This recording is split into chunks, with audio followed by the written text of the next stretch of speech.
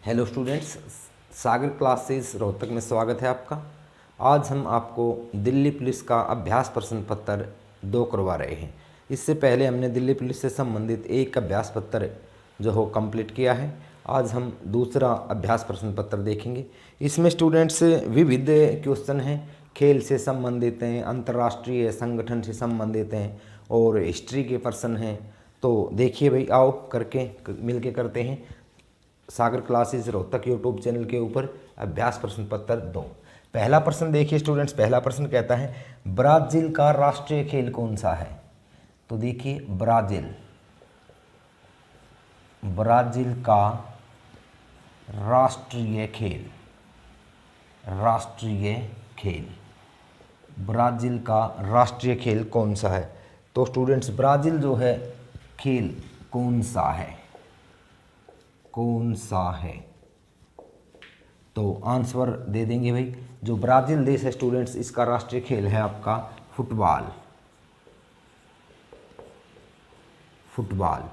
एक राष्ट्रीय खेल स्टूडेंट्स ज़रूर परीक्षा में आ जाता है। इस बार ब्राज़ील का पूछा है। तो जिस तरह से भारत का राष्ट्रीय खेल स्टूडेंट्स हॉकी।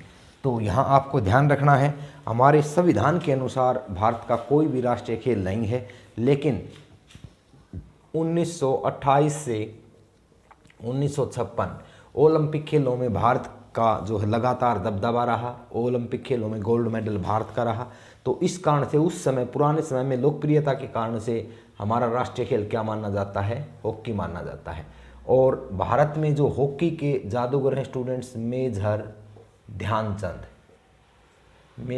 ध्यानचंद, इनको हॉकी का जादूगर कहा जाता है भारत में, मेजर ध्यानचंद को। और 28 अगस्त भारत जो है इनके जन्मदिन को राष्ट्रीय खेल दिवस के रूप में मनाता है। 29 अगस्त को राष्ट्रीय खेल दिवस के रूप में मनाता है। 29 अगस्त को खेल दिवस के रूप में मनाता है। तो ये राष्ट्रीय जो है स्टूडेंट्स आपका खेल हॉकी भारत का। पाकिस्तान का भी यही रहेगा, पाक का भी यही राष्ट्रीय खेल रहेगा हॉकी। जैसे यूएसए का राष्ट्रीय खेल जो है स्टूडेंट्स वो आपका बेसबॉल है। USA baseball. और आपका कनाडा का राष्ट्रीय खेल स्टूडेंट्स आपका आइस हॉकी। किसी भी एक देश का पूछ ले, जिस तरह से नेपाल का जो राष्ट्रीय खेल है नेपाल का राष्ट्रीय खेल स्टूडेंट्स आपका बता दें तीरंदाजी।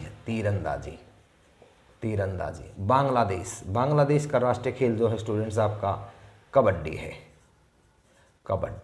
बांग्लादेश का राष्ट्रीय खेल जो है वो कबड्डी है। तो इस तरह से किसी एक देश का राष्ट्रीय खेल पेपर में आ सकता है। चीन का टेबल टेनिस है, जापान का सुमो कुश्ती, चीन का टेबल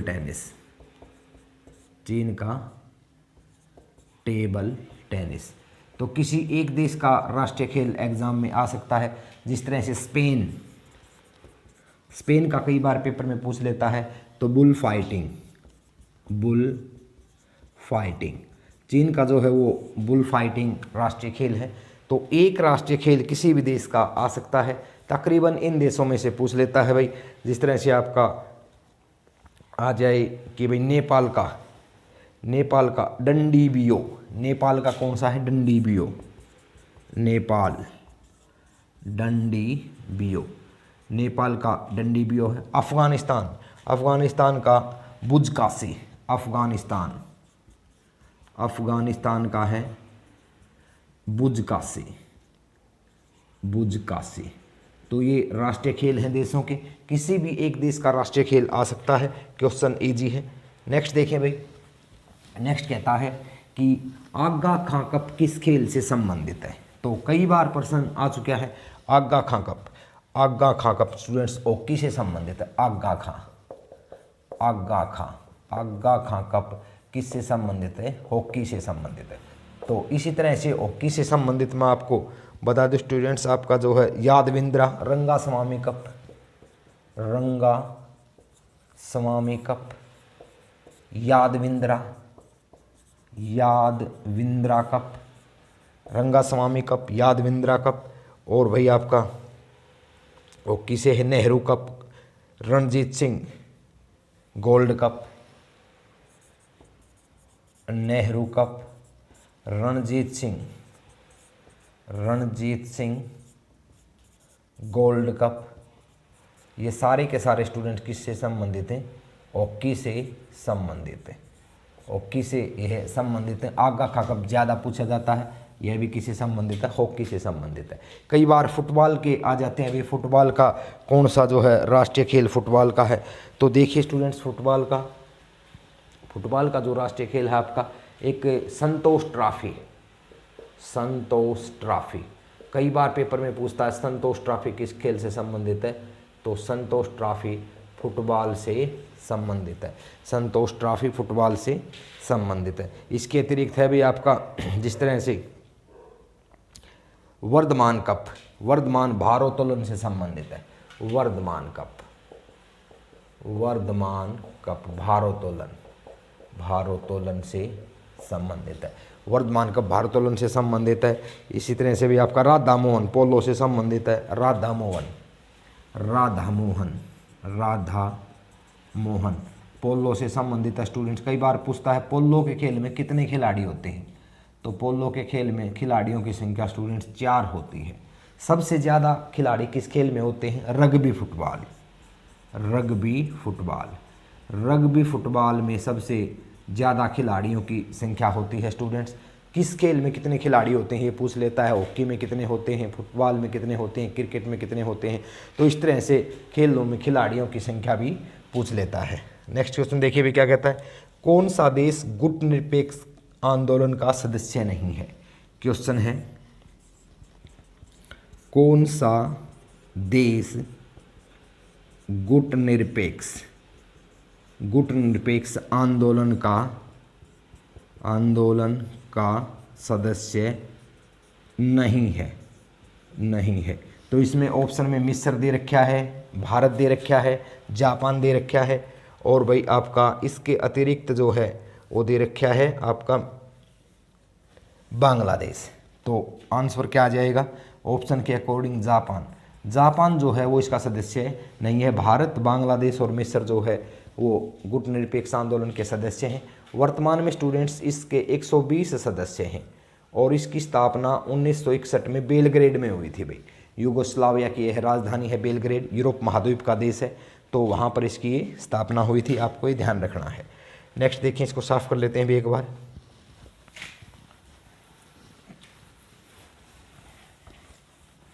देखिए नेक्स्ट क्वेश्चन कौन सा है। नेक्स्ट क्वेश्चन है स्टूडेंट्स, राष्ट्रमंडल संगठन की स्थापना कब हुई थी? तो राष्ट्रमंडल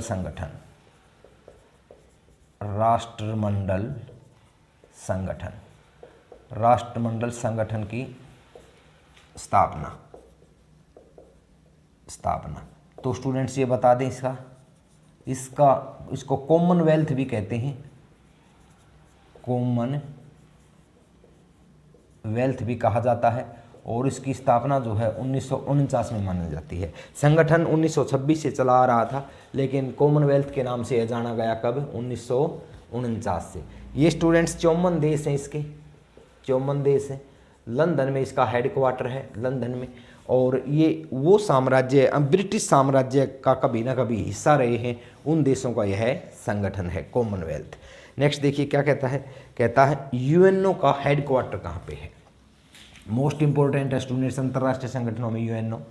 तो देखिए भाई यूएनओ का हेडक्वार्टर, यूएनओ का मुख्यालय कहाँ पे है? यूएनओ का मुख्यालय जो है स्टूडेंट्स वो आपका न्यूयॉर्क में है। न्यूयॉर्क में इसका मुख्यालय है। और इसकी स्थापना जो है स्टूडेंट्स 24 अक्टूबर 1945 को होती है। 24 अक्टूबर 1945 को इसकी स्थापना होती है। और इसकी स्टूडेंट्स भाषा देखिए यूएनओ की 6 भाषा हैं। कई बार ये पूछ लेता है कि भाई कुल भाषा तो 6 हैं, इसमें आपकी फ्रेंच है,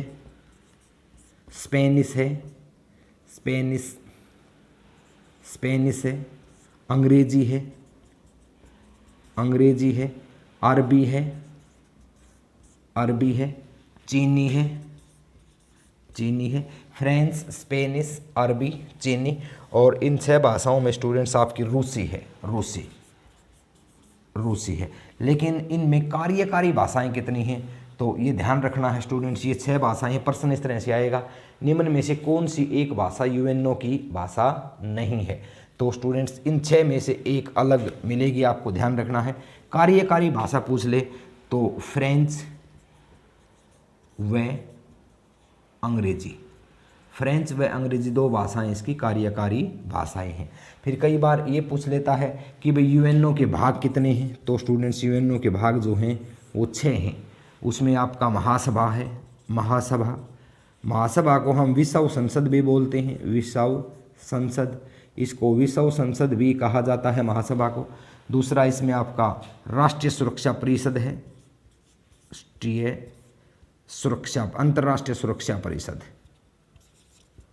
अंतर्राष्ट्रीय सुरक्षा परिषद है। एक भैया आपका इसका सचिवालय है, सचिवालय, और अनानायस परिषद। इस भाग ने स्टूडेंट्स बता दें 1994 से अपना काम करना बंद कर दिया है। सचिवालय है। एक भाई आर्थिक सामाजिक परिषद है, आर्थिक सामाजिक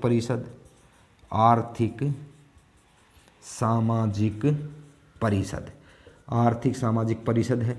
और महासभा हो गई, अंतर्राष्ट्रीय सुरक्षा परिषद हो गई, अनानायस परिषद हो गई, सचिवालय। एक अंतर्राष्ट्रीय न्यायालय, इसका अलग से हेडक्वार्टर आ जाता है स्टूडेंट्स, तो ये हेग में है भाई, हेग नीदरलैंड की राजधानी है, हेग में है जो नीदरलैंड की राजधानी है। इसमें विश्व संसद किसको बोला जाता है, महासभा को बोला जाता है। और इसके सदस्य कितने हैं, 193 देश इसके सदस्य हैं। 193वां देश जो है वो दक्षिणी सूडान है। इधर अंतर्राष्ट्रीय सुरक्षा परिषद में स्टूडेंट्स, इसमें अंतर्राष्ट्रीय सुरक्षा परिषद में इसके 2 भाग हैं। एक तो स्थायी देश हैं, स्थायी देशों की संख्या 5 है। एक अस्थायी देशों की संख्या 10 है। और ये 2 वर्ष के लिए इसमें सदस्यता मिलती है। कुल सदस्य संख्या इसकी 15 है। ये एक इसका सचिवालय की बात करें तो स्टूडेंट्स यहाँ पे बता दें, वर्तमान में एंटोनियो गुटेरस, इसके पुर्तगाल के ही हैं, एंटोनियो गुटेरस इसके जो है महासचिव हैं। 5 वर्ष के लिए इसकी नियुक्ति होती है। प्रश्न आता है यूएनओ में महासचिव की नियुक्ति कितने वर्ष के लिए होती है, तो यूएनओ में महासचिव की नियुक्ति 5 वर्ष के लिए होती है। इधर प्रश्न पूछता है अंतर्राष्ट्रीय न्यायालय जिसका हेडक्वार्टर नीदरलैंड की राजधानी हेग में है, कुल सदस्य कितने हैं, तो इसमें कुल न्यायाधीश हैं वो 15 हैं और एक की नियुक्ति 9 वर्ष के लिए होती है। तो कोई भी एक प्रश्न पूछ लेता है यूएनओ दिवस कब मनाता है, तो स्टूडेंट्स यूएनओ दिवस जो है स्टूडेंट्स आपका 24 अक्टूबर को यूएनओ दिवस से मनाया जाता है। यूएनओ का जो अपना संविधान उसमें ये पूछ लेता है कि भाई अध्याय कितने हैं, तो इसके अध्याय संविधान में इसके अध्याय 19 हैं और अनुच्छेद कितने हैं, अनुच्छेद 111 हैं। यूएनओ का अपना संविधान है, उसके 19 अध्याय हैं और उसमें 111 अनुच्छेद जो हैं। तो ये आपका ध्यान रखना है। यूएनओ से संबंधित इनमें से बार बार ये प्रश्न रिपीट हुए हैं, बार बार ये प्रश्न पूछे गए हैं, कोई ना कोई एक प्रश्न परीक्षा में 101% मिल जाता है। तो नेक्स्ट क्वेश्चन देखिए भी क्या कहता है, द इनसाइडर नामक पुस्तक के रचयिता कौन है। तो द इनसाइडर पुस्तक क्वेश्चन है, द इनसाइडर पुस्तक के रचयिता कौन है, द इनसाइडर पुस्तक के रचयिता। तो देखिए भाई द इनसाइडर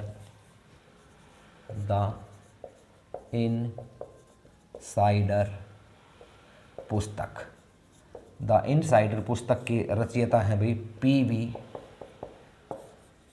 नरसिम्हा राव।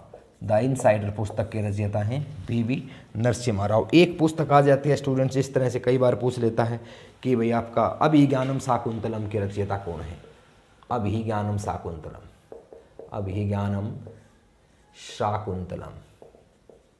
के रचयिता कौन है, या मेघदूत के रचयिता कौन है, मेघदूत। कुमार संभवम के रचयिता कौन है, कुमार संभवम तो ये स्टूडेंट सारे के सारे कौन हैं? कालिदास। कालिदास किस भाषा के कवि थे ये भी पूछ लेता है। तो कालिदास जो स्टूडेंट संस्कृत भाषा के कवि थे कालिदास, और इनको किस नाम से जाना जाता है? भारत का शेक्सपियर। इनको भारत का शेक्सपियर के नाम से जाना जाता है। कोई एक पुस्तक आ जाती है जिस तरह से आपकी कई बार पेपर में पूछी गई है, इंडिका। इंडिका पुस्तक के रचयिता, इंडिका पुस्तक के रचयिता कौन है? तो मेगास्थनीज। और भाई आपका कई बार ये विशाखा दत्त की पुस्तक मुद्रा राक्षस पूछ लेता है। मुद्रा राक्षस किसकी पुस्तक किससे संबंधित है? ये विशाखा दत्त से संबंधित है। विशाखा दत्त से संबंधित कोई एक पुस्तक एग्जाम में, पुरानी पुस्तक हिस्ट्री से संबंधित पुस्तक आ जाती हैं, नई पुस्तक जो लॉन्च होती हैं उनके बारे में पूछ लेता है कि ये किससे संबंधित हो। तो इन सभी का आपको जवाब दे देना है। तो जिस तरह से इसमें हमने इनसाइडर पुस्तक के, जिस तरह से पिछले वीडियो में हमने पढ़ा था, ये आपका प्लेइंग इट माई वे पुस्तक के रचयिता कौन है? तो मैंने बताया था आपको, सचिन तेंदुलकर की पुस्तक है प्लेइंग इट माई वे। इसी तरह से द इनसाइडर जो है वो पी.वी. नरसिम्हा राव की पुस्तक है। तो और अभिज्ञानम शाकुंतलम, मेघदूत, कुमार संभवम, कालिदास संस्कृत भाषा के भारत के शेक्सपियर, इंडिका, मेगास्थनीज, मुद्रा राक्षस, विशाखा दत्त, या फिर ये पूछ ले भी आपका कि इंडिका, विशाखा दत्त है। कोई भी एक राइटर आगे आते रहेंगे, हम दो चार ऐसे बताते रहेंगे। नेक्स्ट देखिए भी क्या कहता है। पुस्तक है बुद्ध चरितम, वो फिर आ गया भाई नामक पुस्तक किससे संबंधित है? बुद्ध चरितम बुद्ध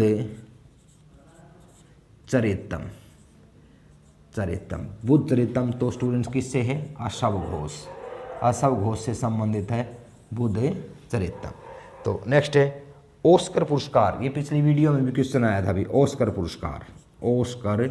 पुरस्कार किस क्षेत्र में दिया जाता है? तो ये स्टूडेंट्स फिल्मों के क्षेत्र में दिया जाता है। फिल्मों के क्षेत्र में ऑस्कर पुरस्कार दिया जाता है। और कब से दिया जाता है? 1929 से दिया जाता है। कहाँ दिया जाता है? लॉस एंजिल्स, अमेरिका में दिया जाता है। ये आपका अमेरिका की जो पुरस्कार वितरण समिति है, आर्ट्स एंड पिक्चर्स कमेटी, वह इसको प्रदान करती है। और ये फिल्म जगत का दुनिया का सर्वोच्च पुरस्कार है। तो नेक्स्ट देखें भी क्या कहता है। आपको एक कमेंट बॉक्स में एक क्वेश्चन है स्टूडेंट्स, बताना है द टाइटैनिक मूवी जो है उसको कितने ऑस्कर मिले हैं? टाइटैनिक मूवी को कितने ऑस्कर मिले हैं ये आपको बताना है। नेक्स्ट देखें क्या कहता है। इसके बाद में है भाई आपका नृत्य। कहता है एक नृत्य स्टूडेंट्स पेपर में जरूर आ जाता है। कहता है ओडिसी, ये आसान दिया गया है। ओडिसी नृत्य किस राज्य का नृत्य है? तो ओडिसी नृत्य स्टूडेंट्स ओडिशा का है। ओडिशा का है। परीक्षा की दृष्टि से मोस्ट इम्पोर्टेंट स्टेट है ओडिशा। बता दें आपको, जिस तरह से यहाँ एक आपका सूर्य का कोणार्क मंदिर कहाँ पर है? ये ओडिशा में है। लिंगराज मंदिर कहाँ पे है? ये ओडिशा में है, लिंगराज मंदिर। और भाई आपका जगन्नाथपुरी मंदिर कहाँ पे है? जगन्नाथपुरी, ये भी कहाँ पे है? ओडिशा में है। एक आपका चिल्का झील कहाँ पे है? चिल्का झील भारत की खारे पानी की सबसे बड़ी झील ओडिशा में है, महानदी के ऊपर है स्टूडेंट्स। ये एक इससे सिंपलीपाल वन्य अभ्यारण्य आ जाता है। सिंपलीपाल वन्य अभ्यारण्य कहाँ पे है? सिंपलीपाल वन्य अभ्यारण्य, ये भी कहाँ पे है? उड़ीसा में है। सीएम कौन है? नवीन पटनायक यहाँ के सीएम है। और भुवनेश्वर यहाँ की राजधानी है। गरीब प्रांत है स्टूडेंट्स ओडिशा, इतना समृद्ध नहीं है। एक यहाँ का वहीलर द्वीप भी ज़्यादा पूछता है। वहीलर द्वीप, जिसको अब क्या बोला जाता है? APJ अब्दुल कलाम द्वीप। APJ अब्दुल कलाम द्वीप जो हमारे मिसाइल मैन हैं उनके नाम पर इसका वहीलर द्वीप का नाम रखा गया है। नेक्स्ट देखिए क्या कहता है। नृत्य की मैं चर्चा कर रहा था। ओडिसी नृत्य किस राज्य का है? ओडिशा का है। इधर स्टूडेंट्स नृत्य हम बता देते हैं। कई बार ये पूछ लेता है कि मणिपुरी किसका है? मणिपुरी तो नाम से ही क्लियर है, मणिपुरी नृत्य जो हो मणिपुर का है। कई बार कथक पूछ लेता है। कथक किसका है? तो उत्तर भारत का कथक है। कुचिपुड़ी पूछ लेता है भाई। कुचिपुड़ी नृत्य किसका है? तो आंध्र प्रदेश का कुचिपुड़ी है। कथकली पूछ लेता है, कथकली, कथकली किसका है तो स्टूडेंट्स, और मोहिनीअट्टम, मोहिनीअट्टम, कथकली और मोहिनीअट्टम दोनों किसके हैं, केरल के हैं। और इसके अतिरिक्त आपका भाई गरबा और डांडिया, गरबा डांडिया, गरबा डांडिया जो है ये किसका है, गुजरात का है, गुजरात का गरबा डांडिया है। गिद्दा और भांगड़ा, गिद्दा भांगड़ा, तो गिद्दा और भांगड़ा पंजाब के हैं। घूमर कहाँ का है, घूमर, घूमर स्टूडेंट्स राजस्थान का है, कुछ एक भाग में हरियाणा में भी होता है। नौटंकी, ये शास्त्रीय नृत्य और आपके लोक नृत्य कंबाइन है भाई। नौटंकी जो है ये यूपी का है। छपेली, छपेली कहाँ का है, छपेली भी जो है वो यूपी का है। तो कोई एक नृत्य जिस तरह से मोहिनीअट्टम हो गया, अभी भारतनाट्यम, भारतनाट्यम, भारतनाट्यम जो है वो तमिलनाडु का है। हेमा मालिनी इसकी प्रसिद्ध नृत्यांगना है, भारतनाट्यम की हेमा मालिनी प्रसिद्ध जो है वो नृत्यांगना है। तो कोई भी एक नृत्य जो है आ जाता है। कई बार त्यौहार पूछ लेता है भाई, जिस तरह से बिहू, बिहू त्यौहार कहाँ का है, असम का है। दुर्गा पूजा, दुर्गा पूजा कहाँ का है, दुर्गा पूजा पश्चिम बंगाल का है, पश्चिम बंगाल। गणेश उत्सव, गणेश उत्सव, गणेश उत्सव कहाँ का है तो ये महाराष्ट्र का है, महाराष्ट्र का है। ओणम, ओणम कहाँ का है, ओणम जो है स्टूडेंट्स वो केरल का है। तो त्यौहार भी आ जाते हैं, महाराष्ट्र, तमाशा महाराष्ट्र, तो ये त्यौहार भी आ जाते हैं और ये नृत्य भी आ जाते हैं।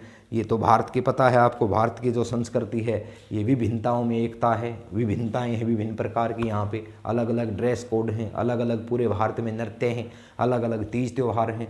तो कौन सा तीज त्यौहार किस राज्य से संबंधित है, कौन सा नृत्य किस राज्य से संबंधित है, ये थोड़ा बहुत आपकी जो जनरल नॉलेज देखने के लिए इस तरह के प्रश्न एग्जाम में बनते हैं। तो नेक्स्ट क्वेश्चन देखिए भी क्या कहता है। नेक्स्ट क्वेश्चन कहता है, प्रश्न है हिमालय के किस प्रांत में दलाई लामा निवास करते हैं। तो देखिए भी साफ कर लेते हैं इसको।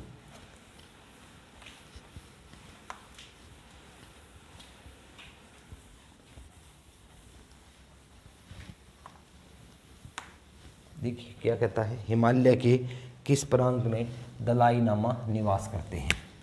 भारत के किस प्रांत में भाई, भारत के किस प्रांत में दलाई लामा निवास करते हैं। भारत के किस प्रांत में दलाई लामा निवास करते हैं। तो ये बता दें स्टूडेंट्स, पहले तो दलाई लामा कौन है। ये दलाई लामा स्टूडेंट्स तिब्बत वासियों का धर्मगुरु होता है, धर्मगुरु, और ये एक पद है। दलाई लामा क्या है, एक पद है। तो ये हिमाचल धर्मशाला में निवास करते हैं भाई। हिमाचल प्रदेश का जिला है कौन सा, धर्मशाला, वहाँ पर ये निवास करते हैं। और ये दलाई लामा किसी व्यक्ति का नाम नहीं है, ये एक तिब्बतियों का एक पद है, धर्मगुरु होता है। इस बार ये दलाई लामा है तो 2 साल 4 साल बाद में दूसरा होगा, फिर दूसरा होगा। तो ये एक पद है स्टूडेंट्स, ये हिमाचल प्रदेश में धर्मशाला में निवास करते हैं। तो नेक्स्ट देखिए क्या कहता है, मौर्य वंश की स्थापना। बिल्कुल आसान प्रश्न है भाई, मौर्य वंश की स्थापना। देखें क्या कहता है, मौर्य वंश की स्थापना, मौर्य वंश की स्थापना। तो मौर्य वंश की जो स्थापना है स्टूडेंट्स, ये चंद्रगुप्त मौर्य ने की थी भाई, चंद्रगुप्त मौर्य, चंद्रगुप्त मौर्य ने मौर्य वंश की स्थापना की। और इसका अंतिम शासक कौन था, ये पूछ लेता है कई बार, अंतिम शासक। इसका अंतिम शासक था भाई आपका बृहदर्थ। और इसकी मृत्यु किसने की थी, पुष्यभूति, इसकी मृत्यु की थी भाई पुष्यभूति ने, पुष्यभूति ने। और किस वंश की स्थापना की थी फिर, शुंग वंश की स्थापना की थी, शुंग वंश की स्थापना। तो इस तरह से चंद्रगुप्त मौर्य के बाद में कौन गद्दी पर बैठा, मौर्य वंश स्टूडेंट्स बता दें। चंद्रगुप्त मौर्य के बाद में बिंदुसार रहा है, बिंदुसार के बाद में अशोक रहा है। अशोक इस वंश का प्रसिद्ध शासक था। चंद्रगुप्त जो है मौर्य के बाद में अशोक जो है, बिंदुसार, फिर बिंदुसार था, और बिंदुसार के बाद में अशोक था, जो 273 ईसा पूर्व से 232 ईसा पूर्व तक गद्दी पर रहा था। एक अपना अलग से इन्होंने धर्म भी चलाया था जिसको अशोक धम कहते हैं, इसके अभिलेख से भी प्रश्न आते हैं। एक इसका 261 ईसा पूर्व इसने कलिंग युद्ध लड़ा था भाई, ईसा पूर्व कलिंग युद्ध कई बार आ जाता है। कलिंग पुराना नाम किसका है, उड़ीसा का है। तो खारवेल वंश के खारवेल राजा से इनका युद्ध था और भयंकर रक्तपात हुआ था। इतिहासकार कहता है कि कलिंग युद्ध दूसरा महाभारत युद्ध था। तो आपको पता है महाभारत के युद्ध में कितना रक्तपात हुआ था, कई बार आता है। कलिंग युद्ध कब लड़ा गया, 261 ईसा पूर्व लड़ा गया था भाई। और अशोक गद्दी पर कब बैठा था, 273 ईस्वी पूर्व। एक यहाँ ध्यान रहे 269 ईसा पूर्व इसका राज्याभिषेक हुआ था, राज्याभिषेक। तो कोई एक पर्सन इस तरह से मेन जो बिल्कुल हाईलाइट का जो क्वेश्चन है वो एग्जाम में आ सकता है, आपको ध्यान रखना है। नेक्स्ट देखें क्या कहता है। नेक्स्ट है भारतीय राष्ट्रीय कांग्रेस के प्रथम अधिवेशन में अध्यक्ष कौन थे। भारतीय राष्ट्रीय कांग्रेस के प्रथम अधिवेशन में अध्यक्ष, तो ये थे भी आपके WC बनर्जी, WC व्योमेश चंद्र बनर्जी। कब हुआ था ये, 1885 में। कहाँ हुआ था ये, बम्बई में हुआ था भाई। और इसकी यहीं पर स्थापना हुई थी। स्थापना किसने की थी, A.O. ह्यूम ने की थी, ह्यूम ने की थी भाई। A.O. ह्यूम ने इसकी स्थापना की थी। आपको कमेंट बॉक्स में बताना है A.O. का अर्थ क्या है, A.O. का अर्थ क्या है, तो ये आपको कमेंट बॉक्स में बताना है। स्थापना A.O. ह्यूम ने की थी। स्वतंत्रता से पहले कितने अधिवेशन हुए, तो स्टूडेंट्स 54 अधिवेशन स्वतंत्रता से पहले हुए थे। एक आता है कांग्रेस के जो अधिवेशन थे स्टूडेंट्स, उसमें पहली महिला अध्यक्ष कौन थी, तो एनी बेसेंट। एनी बेसेंट पहली महिला अध्यक्ष थी 1917 में। पहली भारतीय महिला अध्यक्ष कौन थी, भारतीय, तो भारतीय महिला अध्यक्ष थे स्टूडेंट्स सरोजनी नायडू। सरोजनी नायडू, जिनको क्या कहा जाता है, सरोजनी नायडू को ये आपका भारत कोकिला के नाम से भी जाना जाता है। ये 1925-26 में यह अध्यक्ष बनी थी, 25 में या 26 में यह अध्यक्ष बनी थी। तो पहली महिला अध्यक्ष आ जाए एनी बेसेंट, पहली भारतीय महिला अध्यक्ष आ जाए सरोजनी नायडू, जिनको क्या कहा जाता है, जिनको भारत कोकिला के नाम से भी जाना जाता है। एक चीज़ और, इनका जन्मदिन जो है स्टूडेंट्स वो 13 फरवरी को होता है, जिसको हम राष्ट्रीय महिला के दिवस के रूप में मनाते हैं। राष्ट्रीय महिला दिवस, राष्ट्रीय महिला दिवस के रूप में मनाया जाता है। इनका जन्मदिन 13 फरवरी को। अंतर्राष्ट्रीय महिला दिवस पता है आप सभी को 8 मार्च को मनाते हैं, जबकि राष्ट्रीय महिला दिवस जो हो 13 फरवरी को मनाया जाता है सरोजनी नायडू के जन्मदिन के रूप में। नेक्स्ट है क्वेश्चन स्टूडेंट्स, 9 दिसंबर 1946 को, इसको एक बार साफ कर लेते हैं भाई, एक बार इसको साफ कर लेते हैं।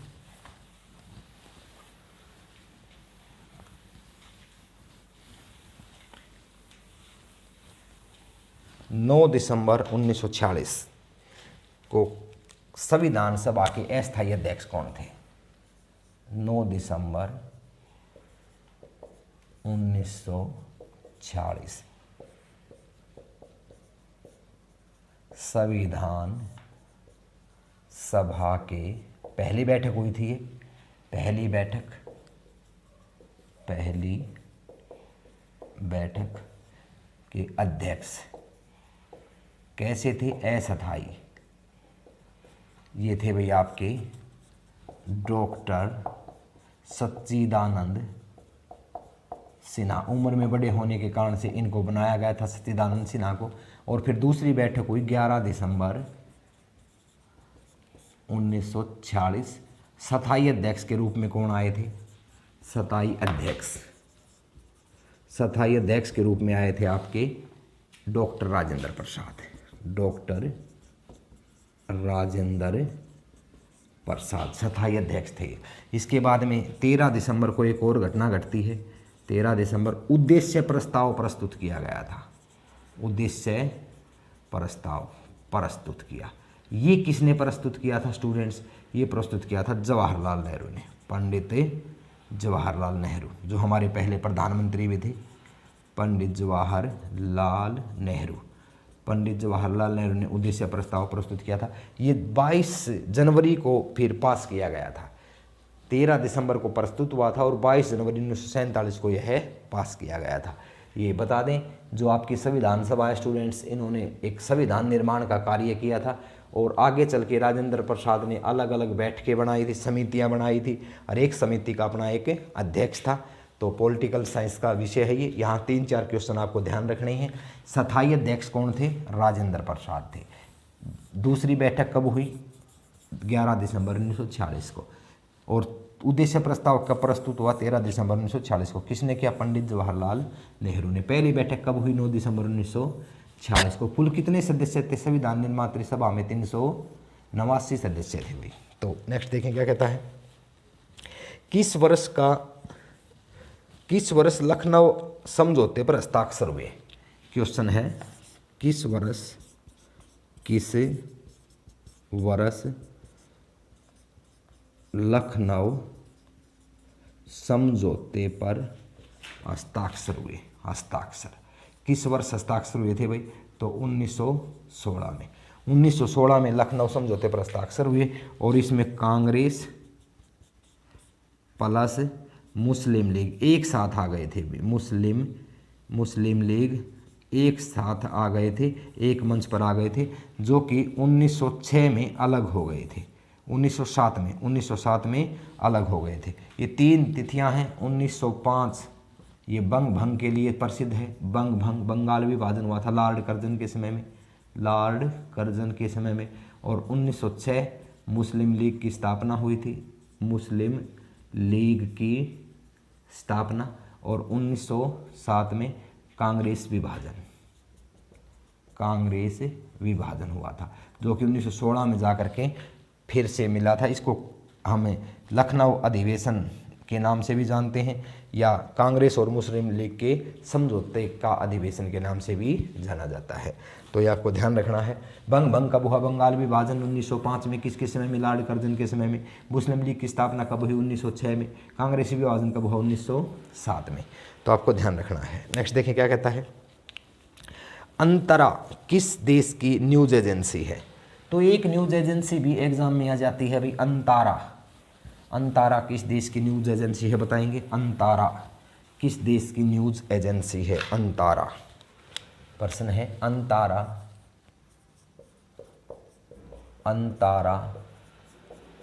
किस देश की न्यूज एजेंसी है? अंतारा किस देश की न्यूज एजेंसी है? तो स्टूडेंट्स अंतारा जो है, 1 मिनट भाई,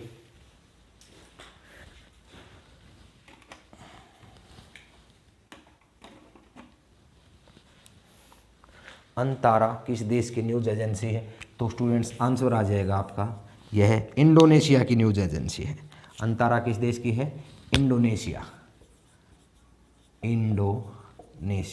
अंतारा किस देश की न्यूज एजेंसी है? इंडोनेशिया की। कई बार सिन्हुआ पूछ लेता है। सिन्हुआ किसकी है? चीन की है। तास किसकी है? तास न्यूज एजेंसी किस देश की न्यूज एजेंसी है? तो रूस की है। रूस की जो है वो तास है। नेक्स्ट देखें क्या कहता है। नेक्स्ट आपका रेड क्लिफ सीमा रेखा किन 2 देशों के बीच में है? देखिए भाई, रेड क्लिफ सीमा रेखा किसके बीच में है? भारत वर्सेज पाक के बीच में है।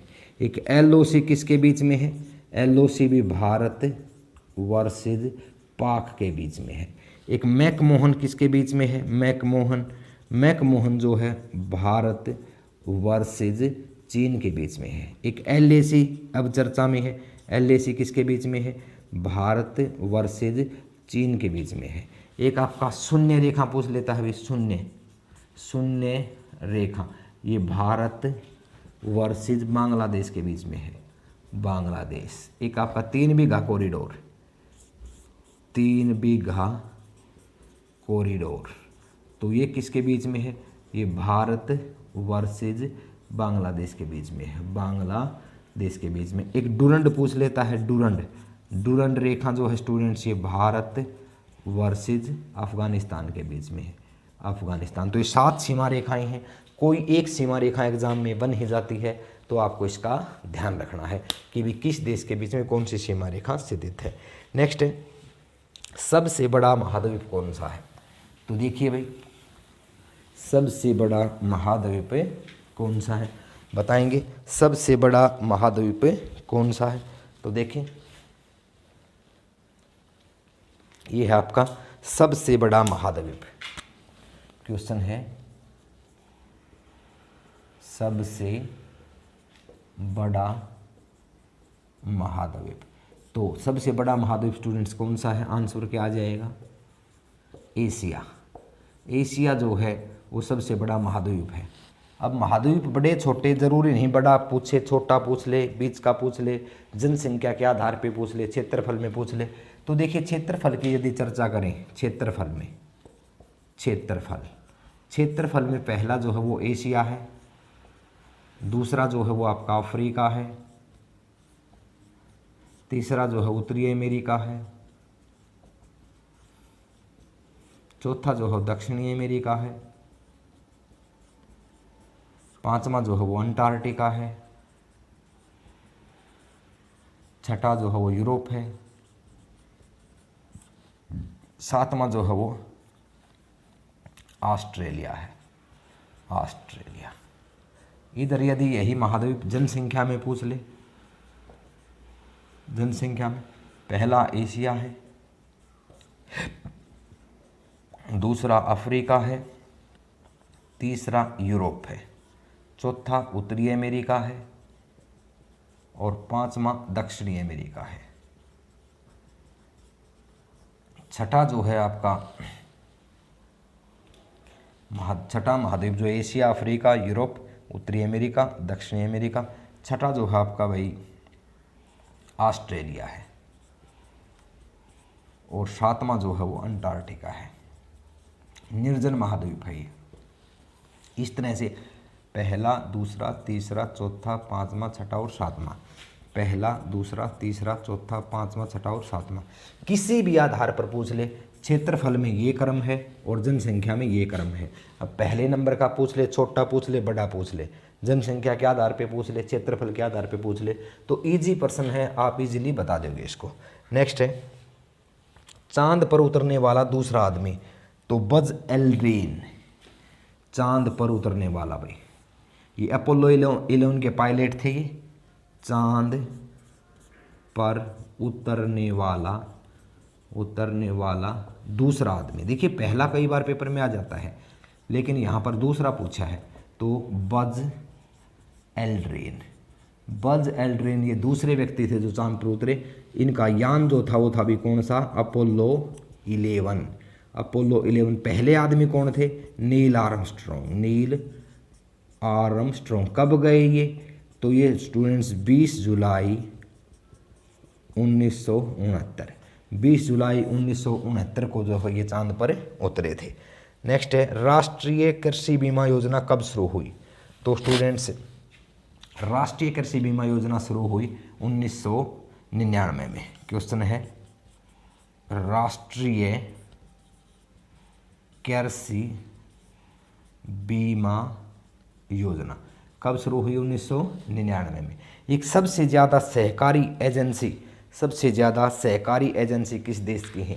क्वेश्चन है, सर्वाधिक सहकारी एजेंसी। इंक भी आज जो कम है भाई, सर्वाधिक सहकारी एजेंसी। तो आंसर आ जाएगा चीन। जो चीन देश में सर्वाधिक सहकारी एजेंसी हैं स्टूडेंट्स विषयों में, और इसकी राजधानी जो है वो बीजिंग है। रेनबिन यहाँ की मुद्रा है, शी जिनपिंग यहाँ के प्रमुख हैं। और वही तकरीबन इसको चीन का जो है इसको उपमा दी जाती है एशिया का अजगर इसको कहा जाता है।